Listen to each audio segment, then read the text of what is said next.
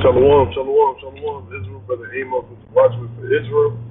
First and foremost, as we always do, we're going to give all praise, honor, and glory unto Yahweh, by Hashem Yahushai, to the brothers pushing this truth and strong sincerity, laboring on the highways and byways, making their body a living sacrifice, doing all they can for the hopeful elect and for the nation of Israel. I want to give y'all a strong shalom to the sisters holding down in the households, brothers and their husbands, being a teacher of good things to the younger women and to the children. I want to give y'all a strong shalom as well. And to the men and women forsaking this world, coming out of this world, and coming back to serving our God, Yahweh Shem Yahshua. I want to compel y'all to be in the church of Berea, search the scriptures daily, and diligently to see if the word that he spoke to you were true or not. Right? Let the words of Yahweh Shem Yahshua be true, and every man a liar. Right? It's not thus saith the Lord, coming strictly out of the Holy Bible, cast that behind you, and seek it to men who speak, thus saith the Lord, and not a filthy lucre in their own bellies. Right? So I'm going to title this cold cut, The Importance of Fire. Right? The Importance of Fire, part 1. Right? Part 1. Right? This cold cut is kind of brought in inspiration from, certain topics that us at WFI was speaking about, strictly concerning being on fire, and that the fire never, satisfied with what it had. The fire was to keep consuming until everything is ablaze. And to reference us in resemblance to fire is a very significant thing, because that's how we should be in this truth. We want more and more. Right? We shouldn't be like, well, I have my 7. I'm going to go back to the basics. No, we got to keep digging, searching, and continue to be on fire for the Lord.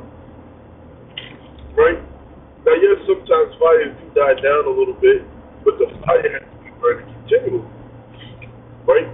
So, what is the significance of fire? Right?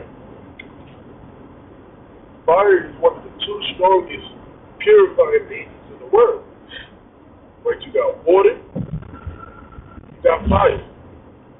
You burn bacteria, chemicals, and things of that nature off to make something sterile. Or you freeze it. Right? Or, use cold water. Right? That's why when our bodies are fighting infections or sicknesses, what's the first thing we do? We heat up. Our temperature goes up to kill off those infections and bacteria that are harming our body. So what's the purpose of the Lord coming back? Right? Let's go to Luke chapter 3, verse 15.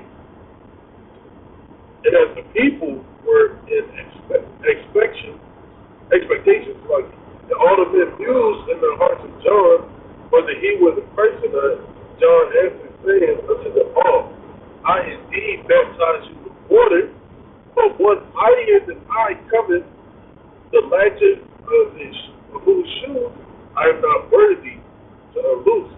He shall baptize you with the Holy Ghost and with fire. So the Lord is coming to baptize us with the Holy Ghost, bringing things into remembrance, put in our spirits to want to keep the law, statutes, and commandments.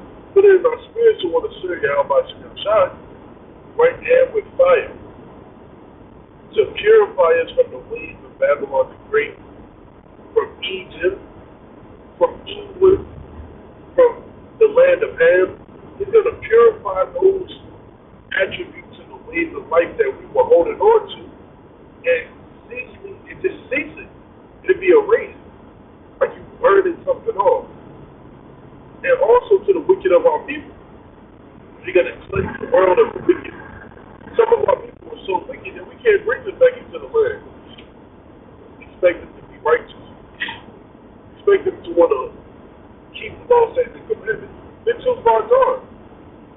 These young murderers, these women who love being harlots, these thieves, it's a long list of people who have to be baptized in fire.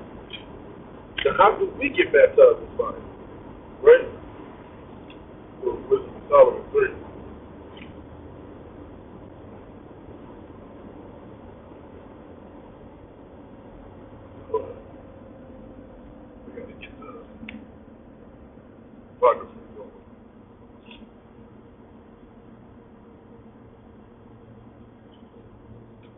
This is Wisdom of Solomon, chapter 3.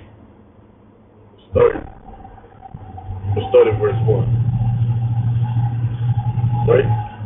It says, "But the souls of the righteous are in the hand of God, and there shall no torment touch them. In the sight of the unwise, they seem to die, and their departure is taken for misery. And they're going from us to be bitter destruction, but they are at peace." Right? So those who are being tried in the fire and put through certain trials and tribulations, it may seem to the unwise that they died in vain, this is and that, but they're truly at peace. The Lord tried them and put them through the fire and removed them out of the turmoil. Sometimes you don't think that the Lord has taken somebody away so they don't see the evil that's coming into the earth. Right? And having, verse 4, "For though they be punished in the sight of men, yet is their hope full of immortality. And having been a little chastised, they shall be greatly rewarded. For God proved them and found them worthy for himself. As gold in the furnace have he tried them and received them as a burnt offering." So the Lord is trying each and every single one of us. See who is truly going to be an acceptable burnt offering unto him. Who's going to walk in the path that the Lord commanded us to walk in. Who's going to take this fire and be cleansed from the filth of this land? Right? Yes, we're rehearsing the righteous acts, but you got to pass under the rod.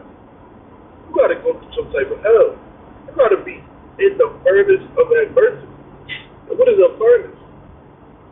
To heat things up. To heat it up. So you can see what is valuable, what is acceptable, what is to be thrown out, what is dense, what has no value. So you can see these things. You have to be tried in that furnace. Right? You got to do those 2-a-days when it's hot. You got to catch hell on a carnal level to be seen as acceptable in the sight of the Lord. Yahweh Shai caught hell. Yahweh Shai was sweating blood. He was crying. He wanted to cut the pass from him. But he finished through with his mission, was what he was supposed to do. And that's how we have to be looking at it. Right? Let's go to Genesis. Genesis 18.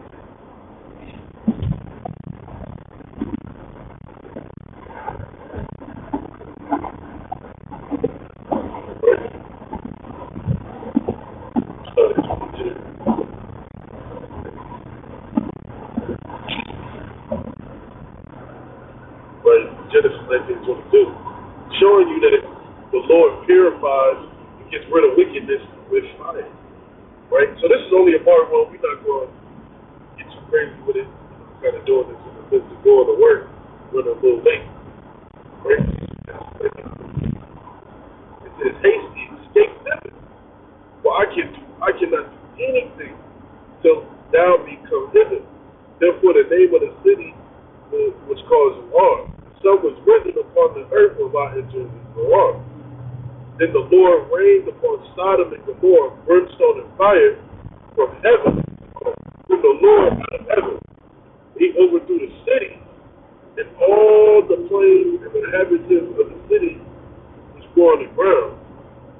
So the Lord removed the wickedness of Sodom and Gomorrah by burning it, by erasing the memory of Sodom and Gomorrah, the existence of Sodom and Gomorrah on the face of the earth. Which, like in Jude, says an example unto those who live ungodly. So when the Lord comes to do the cleansing and baptizing of his land, to get back to the remnant of those who are called from the foundation of the earth, there's going to be a lot of people who's overthrown like Sodom and Gomorrah. There's going to be a lot of people who's catching hell and set ablaze. But didn't it say that in 2 Esdras 13? That the Lord sent out fire and all that was left in them was dust and ashes? Or, I might be loosely paraphrasing it, but we'll bring it out a little more in the part 2. But ashes and dirt and dust, the smell of burnt flesh. Right? This is a agent, and it's also an agent. So meditate on, like when you look at the ant, how the ant is always working. The ant is never at rest. The ant is never still. It's always something moving. Same thing with the fire. So it's growing. And eventually you're like, damn, you know, I'm walking in the spirit 24/7. Right? Because that's what the importance of it is. It's also a light. Also a light. I'm going to get this one back to part two. Right? Well, matter of fact, we'll get this called part two. Fire for directions. Proverbs chapter 30. And start at verse 15. Right? The horse had two daughters crying, give, give. These are three things that are never satisfied. Yet four things say not is enough. So these things are never satisfied. It's always, I need more, every child. Can I have some more? Can I have some more? These are the things that are never satisfied. Right? The grave. Why is the grave never satisfied? Because it's never had enough people. Right? The grave never said, all right, that's 14 people who died today. Let's hold off. We'll wait until next week to bring more. So people die every day, every second, every millisecond. People are dying. The grave is never filled. Always people going 6 feet under. Perfect example of what's going on in Israel and Gaza right now. Right?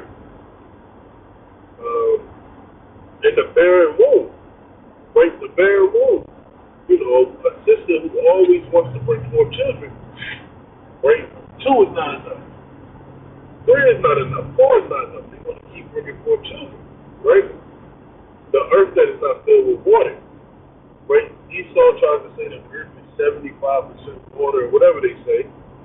Right? The earth is never filled with enough water. There's always green grass. There's always sand dunes. Right? There's always deserts. There's always different terrains that goes on the earth. It's never filled up with water. You know, rain is like all throughout the world, but the world is never filled with water.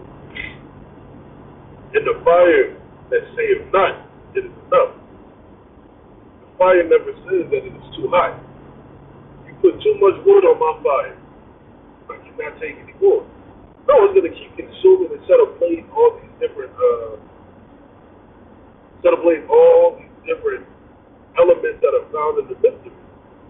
So for part one, fire is a cleansing agent, and fire is an agent that tries to see can you stand it. Can you withstand that heat? Like you always say, if it's too hot, get out the kitchen. Fire is going to try you to see if you're sensible to something.